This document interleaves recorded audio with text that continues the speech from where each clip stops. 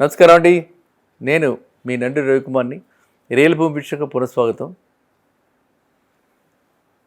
మనం అందరూ ప్రతి వాళ్ళు అడుగుతున్నారు, బెంగళూరు హైవేపై మీ అభిప్రాయం ఏంటి? బెంగళూరు హైవేలో ఎక్కడ ఇన్వెస్ట్ చేస్తే మంచి రిటర్న్స్ వచ్చే అవకాశం ఉంది, ఎక్కడ డెవలప్మెంట్ బాగా ఉంటుందని చెప్పి అడుగుతున్నారు. ఫస్ట్ థింగు అందరికీ తెలుసు, బెంగళూరు హైవే అనగానే గుర్తొచ్చేది ప్రతి వాళ్ళకి మనకి ముచ్చింతల దగ్గర స్టాట్యూ ఆఫ్ ఈక్వాలిటీ చిరంజీవి స్వామి గారు కట్టించారు. అది ప్రెస్టీజియస్ ప్రాజెక్టు. అలాంటి ప్రాజెక్టు ఇండియాలో ఎక్కడా లేదు. ఆ గోల్డెన్ స్టాట్యూ వెళ్ళడానికి అది ఒక పెద్ద పర్యాటక కేంద్రంలో అయిపోయింది. అది దాటగానే మనకి right side Cheguru Kanha Shantivanam, Kanha meditation centre. ఆ కన్హా మెడిటేషన్ సెంటర్కి నేను ఇప్పుడు 10 ఏళ్ల క్రితం వెళ్ళాను, మళ్ళీ ఇప్పుడే మొన్ననే వెళ్ళటం జరిగింది. కన్హా మెడిటేషన్ సెంటర్లో ఎన్ని రకరకాలైనటువంటి అంటే అన్ని వసతులు పొందుపరిచారు. అందులో లేదంటూ లేదు. ఏంటేంటి ఉన్నాయి? స్కూల్ ఉంది, హాస్పిటల్స్ ఉన్నాయి, 500 బెడెడ్ హాస్పిటల్ ఉంది, స్కూల్ ఉంది, తర్వాత ఉండడానికి వసతులు ఉన్నాయి, అండ్ బ్యూటిఫుల్, అది కూడా చాలా చక్కటి హోటల్స్ లాగా కట్టించారు, కాటేజెస్ అవన్నీ ఉన్నాయి. కాబట్టి అది అంత పెద్ద 3000 ఎకరాలలో ఓన్లీ వాళ్ళు యూటిలైజ్ చేసింది జస్ట్ 300 ఏకర్స్.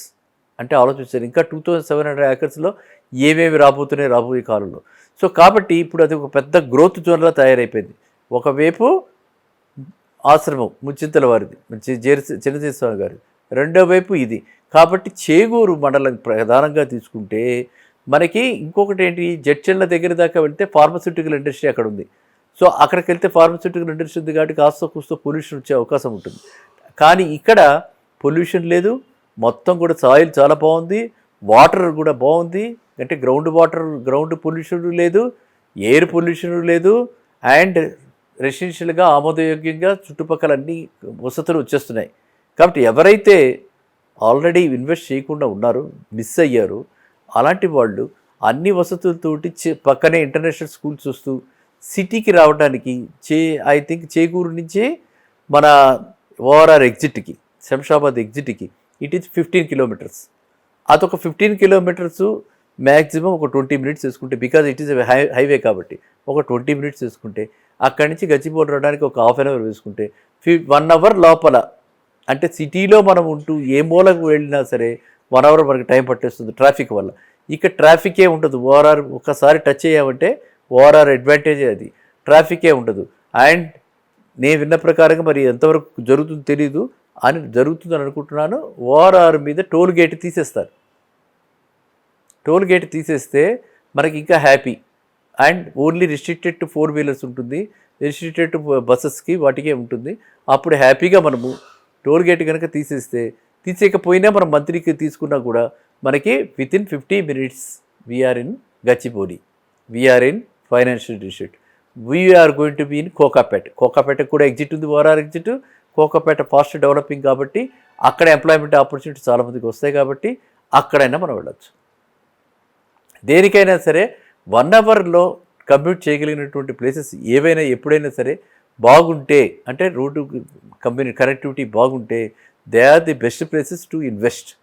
అలా ఇన్వెస్ట్మెంట్కి బెంగళూరు హైవే చాలా బాగుంది. ఈ విధంగా బెంగళూరు హైవే సిటీ వాళ్ళకి ఈ విధంగా ఇటువైపు కనెక్టివిటీ ఇలాగా నేను చెప్పినట్టుంటే, ఇంకో రకంగా మనకి పాత పివి నరసింహారావు ఎక్స్ప్రెస్ హైవే ఉంది. ఆ ఎక్స్ప్రెస్ హైవే ఎక్కితే డైరెక్ట్గా మెహదీపట్నంకి వచ్చేస్తాం. ఆ విధంగా చూసిన మెహదీపట్నంకు కూడా లెస్ దాన్ 1 అవర్లో వచ్చేస్తాం.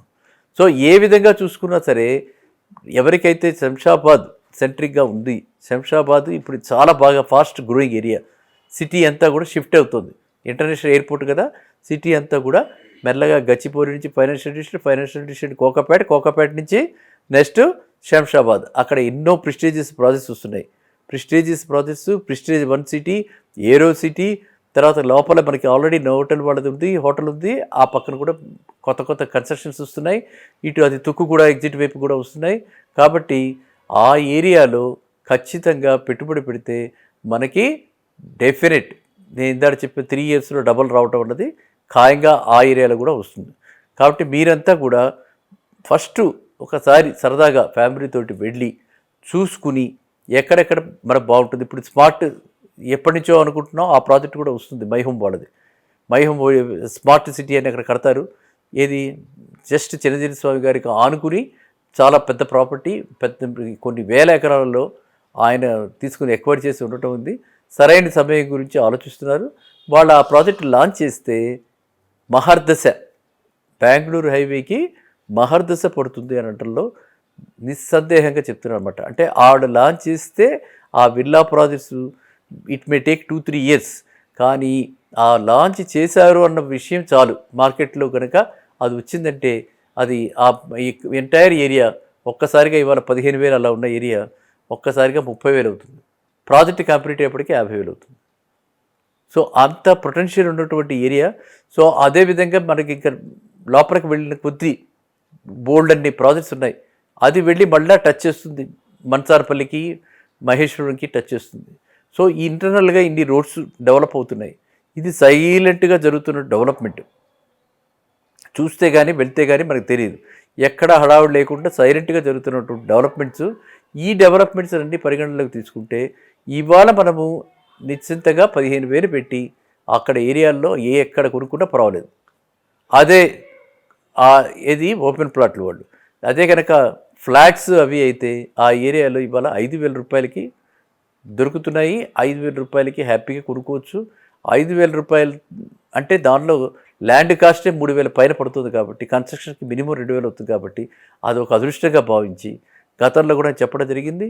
కొల్లూరు కానీ, కోంపల్లి కానీ, చేగూరు కానీ, అంటే శంషాబాద్ దగ్గర కానీ ఈ ఏరియాస్లో ఎక్కడైనా 5,000 రూపాయలకి అపార్ట్మెంట్ దొరికితే అది కూడా చాలా చక్కటి పెట్టుబడి. ఓకేనా? మళ్ళీ కలుద్దాం నెక్స్ట్ వీడియో. నమస్కారం.